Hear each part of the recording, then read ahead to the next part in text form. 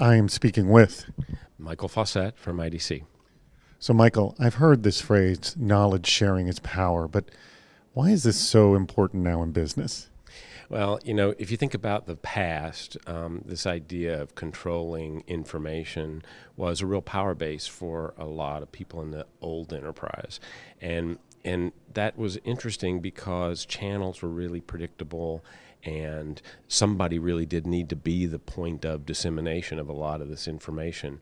In the new world, with connectivity, with the types of tools that we see, both in their consumer web and in the enterprise, you can't control information flow anymore. So in fact, the opposite becomes true. The person or the people that can help you find the right information, in other words, curate, share, build on that information, use that information, they become much more valuable because the truth is now it's really hard we have so much information. There's no way you could control it anyway.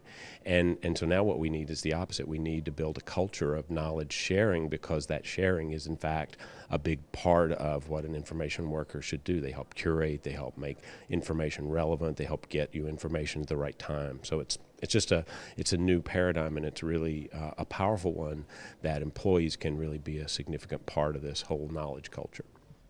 And then one of the other things you mentioned that I really liked, and I'd love if you can give me examples of this, is the collaboration where you work, not you collaborate, then you work, that they're two completely separate entities. So can you give me examples of the collaborating where you work? Mm-hmm.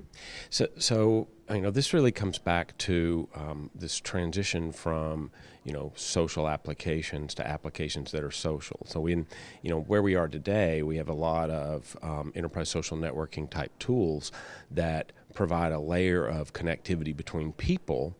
But the problem is that this is kind of like the same problem you have with email. You don't work in email generally. I mean, maybe salespeople work in email and you can get them to now work in the relationship system. But beyond that, most people actually do their work inside of the system of some other type of work process. And so today what we need and what we started to see is pulling this down and having the collaboration happen around the work. So in other words, it has to be a part of the actual process flow. So where would this matter? Well, let's think of, here's an easy one. I'm a customer service rep, and so I now, what do I do for a living? Well, I deal with customer issues, and maybe it's on the social web, maybe it's through other channels, email, whatever. But what happens when I have a question or a problem? Well, I don't want to go out to, let's say I need to talk to a salesperson about something they sold, maybe wasn't the right item. Well, what do? Do I go out to an email system, or do I go out to some kind of a relationship system? No, that really doesn't make any sense. Why couldn't this happen in the context of my customer service system? So I would have the customer problem, I'd have a conversation with the customer, I could then have a conversation with that salesperson, and it would be in the context of the work.